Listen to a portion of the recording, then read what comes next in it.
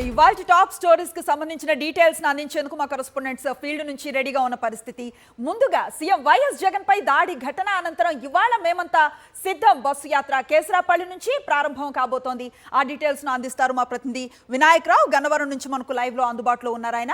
ఇక దుష్ట శక్తుల దాడులకు వెరవటం లేదు సీఎం జగన్మోహన్ రెడ్డి. మొక్కవోని ధైర్యంతో బస్సు యాత్రను కొనసాగించాలని డిసైడ్ అయ్యారు. ఆ డీటెయిల్స్ ను మా ప్రతినిధి సతీష్ అందిస్తారు కేసరపల్లి నుంచి. ఆయన మనకు లైవ్ లో అందుబాటులో ఉన్నారు. ఇక బస్సు యాత్రలో భాగంగా ఇవాళ గుడివాడలో భారీ బహిరంగ సభ జరగబోతోంది. సభ ఏర్పాట్లు, దాడి తర్వాత తొలి సభ ఎలా ఉండబోతుందనే ఉత్కంఠ, ఆ వివరాలన్నింటినీ కూడా మా ప్రతినిధి రవీందర్ అందిస్తారు. హనుమాన్ జంక్షన్ నుంచి మనకు లైవ్ లో అందుబాటులో ఉన్నారు. ఇక సీఎం జగన్ బస్సు యాత్ర కృష్ణా జిల్లాలోనూ అడుగడుగునా జన నీరాజన పడుతున్న దృశ్యాలే సర్వత్రా కనిపిస్తున్నాయి. ఇవాల్టి యాత్ర ఎలా సాగబోతోంది ఆ డీటెయిల్స్ మా ప్రతినిధి పోతురాజు అందిస్తారు. మనకు లైవ్ లో కాసేపట్లో అందుబాటులోకి వస్తారు. ఇక ముందుగా వినాయక్ దగ్గరికి వెళదాం. వినాయక్, చూస్తూ ఉన్నాం 15వ రోజు బస్సు యాత్ర మరి కాసేపట్లో స్టార్ట్ కాబోతోంది. దాడి తర్వాత కూడా మొక్కవని దీక్షతో ఆయన ఈ యాత్రను స్టార్ట్ చేయబోతున్నారు. ఈ రోజు టూర్ స్కెడ్యూల్ ఎలా ఉంటుందంటే ఏం చెప్తారు? ముఖ్యమంత్రి వైఎస్ జగన్మోహన్ మీద హత్యా ప్రయత్నం తర్వాత ఆయన ఒకరోజు విరామం తీసుకున్న తర్వాత ఈరోజు 15 రోజు బస్సు యాత్ర కృష్ణా జిల్లాలో కొనసాగబోతోంది. మరి కాసేపట్లోనే ముఖ్యమంత్రి వైఎస్ జగన్మోహన్ రెడ్డి కేసరపల్లి నుంచి ఆయన యాత్ర 15 రోజు యాత్ర బస్సు యాత్రను కొనసాగించబోతున్నారు. మొన్న ముఖ్యమంత్రి వైఎస్ జగన్మోహన్ రెడ్డి విజయవాడ పర్యటనలో ఆయన మీద హత్యా ప్రయత్నం జరిగిన తర్వాత వైద్యుల సూచనల మేరకు నిన్న ఒకరోజు ఆయన విరామం తీసుకోవాల్సి వచ్చింది. అయినప్పటికీ కూడా తనకు మొక్కవాళ్ళ దేశంతోటి ప్రజలు ఎదురు చూస్తున్నారన్న ఉద్దేశంతో ఆయన ఈ యాత్రను ఈ రోజు నుంచి కూడా మళ్ళీ తిరిగి కొనసాగిస్తున్నారు. ఈ నేపథ్యంలోనే కేసరపల్లి నుంచి మరి కాసేపట్లోనే ఆయన యాత్ర బయలుదేరబోతుంది. కేసరపల్లి నుంచి నేరుగా ఆయన గన్నవరం నియోజకవర్గంలోకి అడుగు పెట్టబోతున్నారు. గన్నవరం నియోజకవర్గంలో ఇప్పటికే వైఎస్ఆర్సీపీ సంబంధించిన శ్రేణులన్నీ కూడా ఆయన రాక కోసం ఎదురు చూస్తున్నాయి. ఇక్కడ స్థానిక ఎమ్మెల్యే వల్లభనేని వంశీ ఆధ్వర్యంలో పెద్ద ఎత్తున వైఎస్ఆర్సీపీ శ్రేణులు కావచ్చు, అదేవిధంగా ఇక్కడున్న నాయకులు కానీ ప్రజలు కానీ పెద్ద ఎత్తున గన్నవరంలో స్వాగతం పలకపోతున్నారు. తర్వాత అక్కడి నుంచి ఆయన ఆత్కూరు మీదుగా ఆయన యాత్ర కొనసాగబోతుంది. అక్కడి నుంచి ఆత్కూరు మీదుగా వీరవల్లి క్రాస్ తర్వాత ఆయన హనుమాన్ జంక్షన్ చేరుకుంటారు. హనుమాన్ జంక్షన్లో కూడా పెద్ద ఎత్తున చుట్టుపక్కల అంటే పశ్చిమ గోదావరి జిల్లాకు సంబంధించిన నేతలు కావచ్చు, అదేవిధంగా హనుమాన్ జంక్షన్కి సంబంధించిన నేతలు కావచ్చు, వీరంతా కూడా పెద్ద సంఖ్యలో అక్కడ ముఖ్యమంత్రికి స్వాగతం పలకబోతున్నారు. తర్వాత హనుమాన్ జంక్షన్ తర్వాత ఆయన పుట్టగుంట మీదుగా జొన్నపాడు వద్దకు చేరుకుంటారు. అక్కడ భోజన విరామం తర్వాత తిరిగి 3:30 ఆయన అక్కడ గుడివాడ చేరుకుని అక్కడ గుడివాడలో బహిరంగ సభలో పాల్గొనబోతున్నారు. గుడివాడలో బహిరంగ సభ తరువాత మళ్ళీ తిరిగి ఆయన హనుమాన్ జంక్షన్ మీదుగానే జాతీయ రహదారి ఏలూరు జాతీయ బైపాస్ మీదుగా ఆయన గుండుకొలను అదేవిధంగా నారాయణపురం వరకు చేరుకుంటారు. నారాయణపురంలో ఈరోజు రాత్రి బస్సు అయిపోతున్నారు. ఓవరాల్గా ఈరోజు ఆయన కృష్ణా జిల్లాలో 2 నియోజకవర్గాల్లో ఆయన పర్యటన కొనసాగబోతుంది. ఒకటి గన్నవరం నియోజకవర్గం, మరోవైపున గుడివాడ నియోజకవర్గంలో ఆయన భారీ బహిరంగ సభ నిర్వహించబోతున్నారు. ఆ తరువాత అక్కడి నుంచి ఆయన ఉంగుటూరు ఏలూరు బైపాస్ మీదుగా అంటే ఏలూరు నియోజకవర్గం మీదుగా ఉంగుటూరు నియోజకవర్గంలోకి అడుగు పెట్టబోతున్నారు. రాత్రికి నారాయణపురంలో బస్సు అయిపోతున్నారని చెప్పుకోవాలి.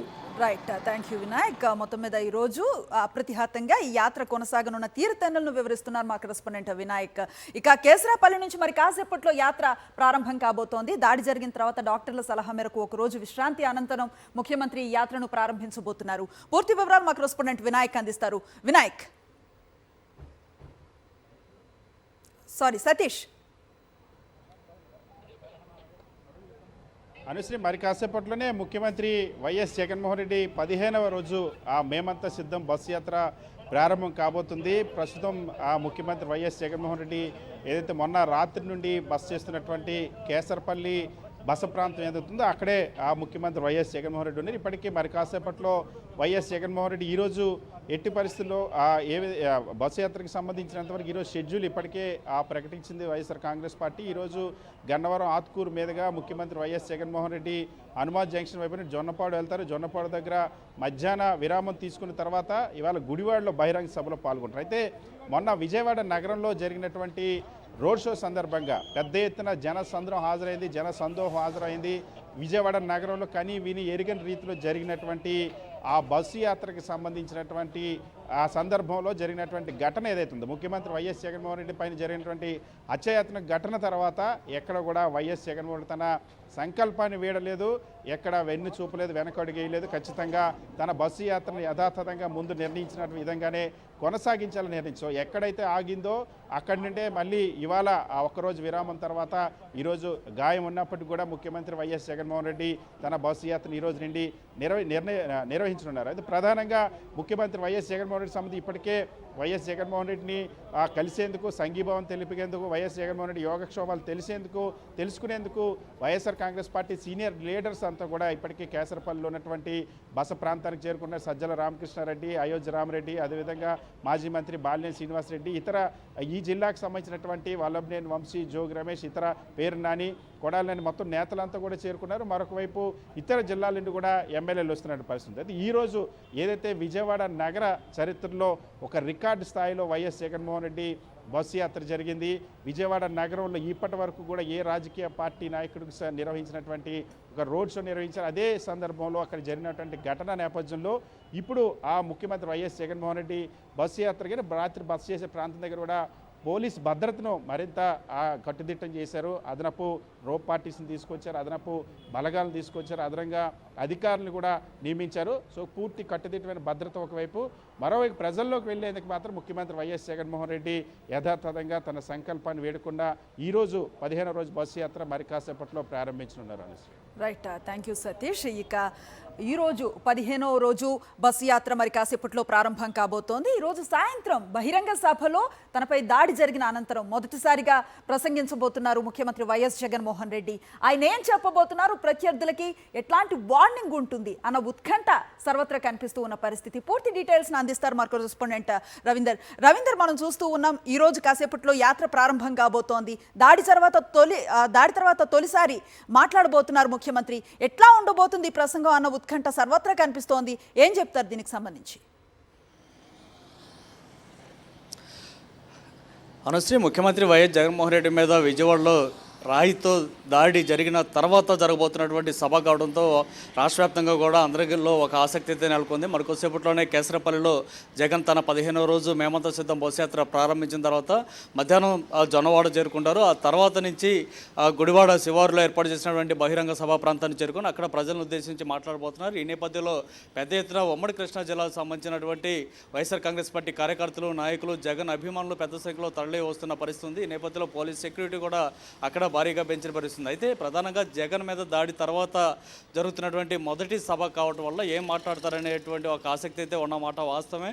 అయితే దీని గురించి పెద్దగా జగన్ పట్టించుకోకపోవచ్చు అనేది రాజకీయ వర్గాలు కానీ వైఎస్ఆర్ కాంగ్రెస్ పార్టీ కానీ చెప్తున్న పరిస్థితి. ఎందుకంటే గతంలో ఆయన ముఖ్యమంత్రిగా ప్రమాణ స్వీకారం చేసిన తర్వాత మొట్టమొదటి ఒక సంకల్పం తీసుకున్నారు. ఆ రోజే ఆయన చాలా స్పష్టంగా ఒక విషయాన్ని చెప్పారు, నేను రాష్ట్రానికి సంబంధించి పాలకుడిని కాదు సేవకుడిని అంటూ చెప్పుకొచ్చారు. అంటే రాష్ట్రంలో ఉన్నటువంటి అన్ని వర్గాల ప్రజలకు సేవ చేయడం అనేది ఒక లక్ష్యం, అట్లాగే రాష్ట్రాన్ని అభివృద్ధి చేయడం అనేది ఒక లక్ష్యంగా పెట్టుకొని పనిచేస్తున్నానంటూ చెప్పుకొచ్చారు. అయితే చంద్రబాబు కానీ పవన్ కళ్యాణ్ కానీ గడిచిన 58 నెలలుగా అనేక ఆరోపణలు చేశారు. ముఖ్యమంత్రి జగన్ తాడేపల్లిలోని ప్యాలెస్ నుంచి బయటకు రావట్లేదు అన్నారు. తర్వాత రాష్ట్రంలో శాంతి భద్రతలు లేవన్నారు. రకరకాల ఆరోపణలు చేసినా కూడా జగన్ వీటేటిని కూడా పట్టించుకోలేదు. రాష్ట్ర అభివృద్ధికి సంబంధించి ఆయన సంకల్పం తీసుకున్నటువంటి సంక్షేమానికి సంబంధించి మాత్రమే పూర్తి స్థాయిలో కట్టుబడి ఇప్పటివరకు ఉన్నారు. రాజకీయాలు అనేవి కేవలం ఎన్నికల సమయంలోనే మాట్లాడాలనేది కూడా అప్పట్లోనే జగన్ చెప్పారు. అయితే ప్రస్తుతం ఎన్నికల షెడ్యూల్ కూడా వచ్చిన నేపథ్యంలో ఇప్పుడు ఎన్నికల ప్రచారం విస్తృతంగా జరుగుతుంది. కానీ ఈరోజు జరిగిన దాడికి సంబంధించి మాత్రం 1-2 అంశాల గురించి మాత్రమే ఆయన ప్రస్తావిస్తారు తప్ప ఏదైతే గంతలో సంకల్పం తీసుకున్నారో రాష్ట్రానికి సంబంధించినటువంటి అభివృద్ధికి సంబంధించి అట్లాగే ప్రజల సంక్షేమానికి సంబంధించి ప్రజల నుంచి ఇంకా వినతులు తీసుకునే దానికే ఎక్కువ ప్రాధాన్యత ఇస్తారే తప్ప ఇంకా అంతకు మించేదో చంద్రబాబు మీద కానీ పవన్ కళ్యాణ్ కానీ ఆ కూటమి మీద భారీ స్థాయిలో ఆరోపణలు, విమర్శలు చేస్తారని మాత్రం పార్టీ నాయకులు అనుకోవట్లేదు. ఎందుకంటే ఆయన సంకల్పం వేరు. రాజకీయాలు అనేది చంద్రబాబు వారు చేసినటువంటి నీచ రాజకీయాలకు సంబంధించి జగన్ వారి ట్రాప్లో పడాల్సిన అవసరం లేదనేది పార్టీ నాయకులు చెప్తారన్నమాట. అట్లాగే జగన్ కూడా తాను ఇప్పటివరకు చేసినటువంటి అభివృద్ధి సంబంధించినటువంటి అంశాల గురించి ప్రస్తావిస్తారు. ప్రజల నుంచి ఇంకా కొన్ని సూచన సలహాలు సేకరించే కార్యక్రమానికే కట్టుబడి ఉంటారనేది చాలా స్పష్టంగా అర్థమవుతుంది. మరోవైపు ఇప్పుడు ఈ దాడి తర్వాత కొంత ఇబ్బందికర పరిస్థితి పరిస్థితులు కూడా తలెత్తున్నాయి. ప్రజలు పెద్ద ఎత్తున తరలి వస్తున్నారు. అనేక సమస్యలు చెప్పుకోవడానికి లేదా ఇతర ఆయనతో ఫోటోలు దిగడానికి దూసుకొని వస్తున్న నేపథ్యంలో సెక్యూరిటీ రీజన్స్ కాస్త ఎక్కువగా ఉన్న నేపథ్యంలో పార్టీ కార్యకర్తలు నాయకులు కూడా అర్థం చేసుకోవాలంటూ పార్టీకి సంబంధించినటువంటి సీనియర్ నేతలు సూచనలు అయితే చేస్తున్నారు. పెద్ద ఎత్తున జనంలో గుంపు కూడి కొంతమంది అరాచక శక్తులు వస్తున్న నేపథ్యంలో వారిని కట్టడి చేయాలంటే మన పార్టీకి సంబంధించినటువంటి కార్యకర్తలు నాయకులందరూ కూడా కొంత సమయం పాటించాలి. ఒకసారిగా జగన్ మీదకు దూసుకుపోయే లాంటి కార్యక్రమాలు చేయొద్దు అంటూ కూడా పార్టీకి సంబంధించినటువంటి సీనియర్ నేతలు అయితే చెప్తున్నారు. ఇక గన్నవరం ఈరోజు గుడివాడలో జరగబోతున్న సభలో కూడా దీనికి సంబంధించి జగన్ 1-2 అంశాల గురించి ప్రస్తావిస్తారు. తన మీద దాడి జరిగిన తర్వాత చంద్రబాబు పవన్ కళ్యాణ్ చేసినటువంటి అతి దారుణమైన ఎగతాళికి సంబంధించి మాత్రం ఆయన మాట్లాడతారే తప్ప దీనికి సంబంధించి కేసు ఆల్రెడీ ఎంక్వైరీలు జరుగుతుంది. ఇప్పటికే కొంతమంది అనుమానితులను పోలీసులు అదుపులో తీసుకుని విచారణ కూడా చేస్తున్నారు. కాబట్టి ఇలాంటి దశలో జగన్ మాట్లాడటం కరెక్ట్ కాదనేది ఇప్పటికే ఆయన ఒక నిర్ణయానికి వచ్చినట్టు చెప్తుంది. కాకపోతే చంద్రబాబు కానీ పవన్ కళ్యాణ్ చేసినటువంటి ఆరోపణలు విమర్శలు ఎగతాళి ఇట్లాంటివి ఏవైతున్నాయో వాటికి చెక్ పెట్టే విధంగా మాత్రం ఖచ్చితంగా సరైన సమాధానం అయితే ఈరోజు జగన్ చెప్పబోతున్నారు. దానికి సంబంధించి రాష్ట్ర వ్యాప్తంగా ప్రజలు కార్యకర్తలు అందరూ కూడా వేచి చూస్తున్న పరిస్థితి కనిపిస్తుంది. Right, thank you Ravinder. మొత్తం మీద ఈ విధంగా సాగుబోతోంది. సాయంత్రం ముఖ్యమంత్రి మాట్లాడే వరకు ఈ ఉత్కంఠ అయితే కొనసాగే పరిస్థితి కనిపిస్తోంది. మేమంతా సిద్ధం బస్సు యాత్రకు జన ప్రభంజనంలా సాగుతోంది. ఎక్కడికక్కడ సీఎం జగన్ కు ప్రజలు బ్రహ్మరథం పడుతున్న దృశ్యాలు కనిపిస్తున్నాయి. తంచి కొడుతూ ఉన్న ఎండలను సైతం లెక్క చేయకుండా అభిమాన నేతపై ఎనలేని అభిమానాన్ని చూపిస్తున్నారు ప్రజలు. ఊరు వాడ ఏకమై తమ అభిమాన నేతకు దారి పొడవునా ఘన స్వాగతాలు పలుకుతున్నారు. సీఎం జగన్ పై జరిగిన హత్యాయత్నం కేసును పోలీసులు వేగంగా దర్యాప్తు చేస్తున్నారు. ఈ దర్యాప్తుకు సంబంధించినటువంటి పూర్తి సమాచారాన్ని అందించేందుకు మా కరెస్పాండెంట్ మనకి అమర్ సతీష్ లైవ్లో సిద్ధంగా ఉన్నారు. విజయవాడ నుంచి హత్య కుట్రపై దర్యాప్తు వేగవంతంగా చేస్తూ ఉన్నారు పోలీసులు. ఎవరు ఈ కుట్రకి ఉన్నారు, కుట్ర వెనుక ఎవరున్నారు, ఆ దాడి చేసిన వ్యక్తి ఎవరు అన్న విషయాన్ని తొందరగా బయటికి తీసుకొచ్చే ప్రయత్నం వారు చేస్తూ ఉన్నారు. పూర్తి వివరాలు విజయవాడ నుంచి మా కరెస్పాండెంట్ అమర్ సతీష్ అందిస్తారు. అలాగే పచ్చ మీడియా చేస్తూ ఉన్న దుష్ట రాజకీయాల్ని సంబంధించిన వివరాలను అందించేందుకు మా కరెస్పాండెంట్ రెడీగా ఉన్నారు. ఓవైపు దాడిని ఖండిస్తున్నామని అధినేత ప్రకటిస్తారు, మరోవైపు ఈ దాడిని అవహేళన చేస్తూ రకరకాల పోస్టులతో వారి పైశాచికత్వాన్ని బయట పెట్టుకుంటున్నారు పచ్చ మీడియా. దీనికి సంబంధించిన వివరాలు మా కరెస్పాండెంట్ నాయుడు వైజాగ్ నుంచి అందిస్తారు. ముందుగా అమర్ సతీష్ దగ్గరికి వెళ్దాం. అమర్ సతీష్, ఒకరోజు గ్యాప్ వచ్చింది, పూర్తి స్థాయిలో అక్కడ ఉన్న ప్రాంతాలని అది కూడా సీసీ కెమెరాల ఫుటేజ్ను పరిశీలించారు. అలాగే పూర్తి సమాచారం సేకరించే పనిలో కనిపిస్తూ ఉన్నారు. పోలీసుల దర్యాప్తు ఏ విధంగా సాగుతుంది, ఎంతవరకు అప్డేట్స్ ఉన్నాయంటే ఏం చెప్తారు?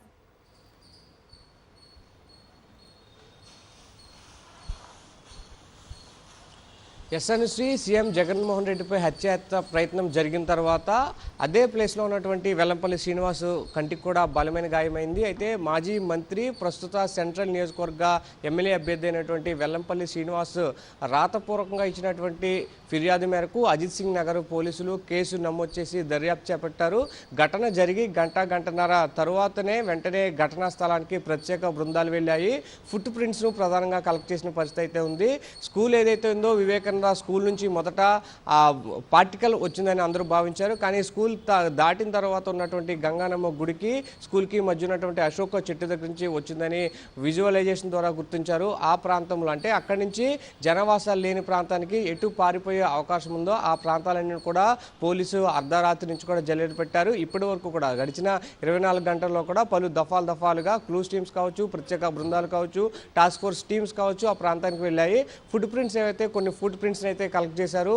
దాడి చేసిన తర్వాత ఆగంతకుడు పారిపోయేందుకు అవకాశం ఉన్నటువంటి ప్రతి మార్గంలో కూడా ఫుట్ ప్రింట్స్ కలెక్ట్ చేస్తారు. వాటన్నిటిని కూడా ల్యాబ్స్కు పంపిస్తున్నారు. అలాగే విజువలైజేషన్ ఏదైతే ఉందో సీఎం జగన్మోహన్ రెడ్డి వెంట ఉన్నటువంటి కెమెరాలు కావచ్చు, ఆ రోజు ఇచ్చినటువంటి మీడియా కవరేజ్ కావచ్చు, పోలీసులు వినియోగించేటువంటి బాడీ కెమెరాలు, అలాగే సీసీ కెమెరాలు, అదేవిధంగా జనావాసాల్లో అపార్ట్మెంట్లు ఇళ్ల వద్ద ఏర్పడిన సీసీ కెమెరా ఫుటేజ్ వీటన్నిటిని కూడా కలెక్ట్ చేశారు. వీటన్ని కూడా సైబర్ ల్యాబ్స్ ద్వారా క్షుణ్ణంగా పరిశీలిస్తున్నారు. ఎవరైనా అనుమానిత వ్యక్తులు ఆ కెమెరా కదలికలు ఎక్కడన్నా నిక్షిప్తమయ్యారా, లేదంటే గతంలో అంటే ఒక 2 రోజులు ఒక రోజుకు ముందు షెడ్యూల్ సీఎం జగన్మోహన్ షెడ్యూల్ వచ్చిన తర్వాత రెక్కి నిర్వహించాలి కాబట్టి సీఎం జగన్మోహన్ రెడ్డిని హత్య చేసేందుకు పథకం పన్నినటువంటి ఆ పన్నాగంలో భాగంగా ఎవరైనా అంతకుముందే అక్కడ రెక్కి చేశారా, ఎవరైనా అనుమానిత వ్యక్తులు కదలికలు ఉన్నాయనేది కూడా ఆ విజువలైజేషన్ సపరేట్ చేస్తున్నారు. దీనికి సంబంధించి అయితే ఆ సమయంలో కరెంటు పోవడంతో ఆ విజువలైజేషన్ తీసుకునేందుకైతే కాస్త సాంకేతిక సమస్యలు అయితే తలెత్తున్నాయి. ప్రత్యేక బృందాలు ఏర్పాటు చేసినటువంటి పోలీస్ కమిషనర్ కాంతిరాణ టాటా,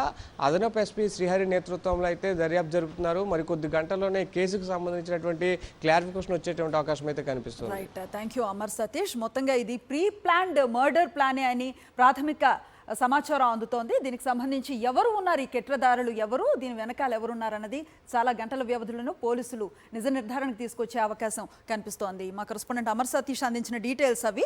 ఇక వైజాగ్ నుంచి మా కరెస్పాండెంట్ నాయుడు మనకు లైవ్లో అందుబాటులో ఉన్నారు. నాయుడు, చెప్పండి, నోటితో నవ్వి నొసటితో వెక్కిరించిన చందాన కనిపిస్తోంది పచ్చ మూకల వ్యవహార శైలి. ఏమనుకుంటున్నారు జనాలు? కనీసం ఇంగిత జ్ఞానం లేకుండా వారు ప్రవర్తిస్తున్న తీరుని ఏం చెప్తారు దీనికి సంబంధించి?